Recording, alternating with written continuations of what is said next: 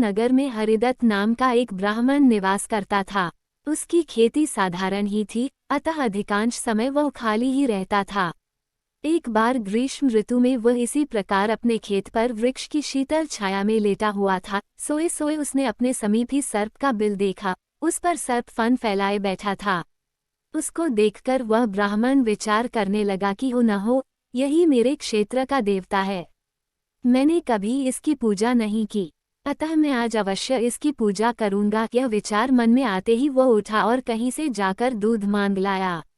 उसे उसने एक मिट्टी के बर्तन में रखा और बिल के समीप जाकर बोला, हे क्षेत्रपाल, आज तक मुझे आपके विषय में मालूम नहीं था, इसलिए मैं किसी प्रकार की पूजा अर्चना नहीं कर पाया।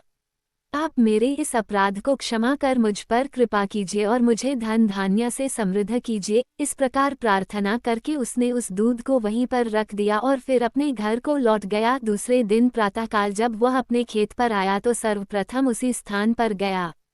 वहां उसने देखा कि जिस बर्तन में उसने दूध रखा था उसमें एक स्वर्ण मुद्रा रखी हुई है। उसने उस मुद्रा को उठाकर रख लिया।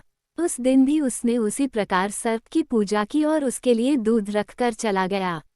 अगले दिन प्रातःकाल उसको फिर एक स्वर्ण मुद्रा मिली। इस प्रकार अब नित्य वह पूजा करता और अगले दिन उसको एक स्वर्ण मुद्रा मिल जाया करती थी।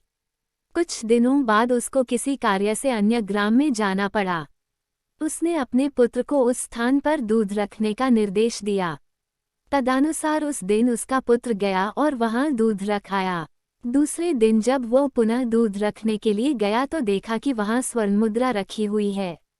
उसने उस मुद्रा को उठा लिया और वह मन ही मन सोचने लगा कि निश्चित ही इस बिल के अंदर स्वर्ण मुद्राओं का भंडार है।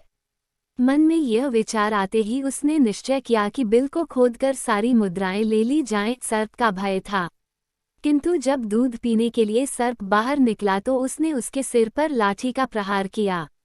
इससे सर्प तो मरा नहीं और इस प्रकार से क्रुद्ध होकर उसने ब्राह्मण पुत्र को अपने विष भरे दांतों से काटा कि उसकी तत्काल मृत्यु हो गई। उसके संबंधियों ने उस लड़के को वहीं उसी खेत पर जला दिया। कहा भी जाता है, लालच का फल कभी मीठा नहीं होता है।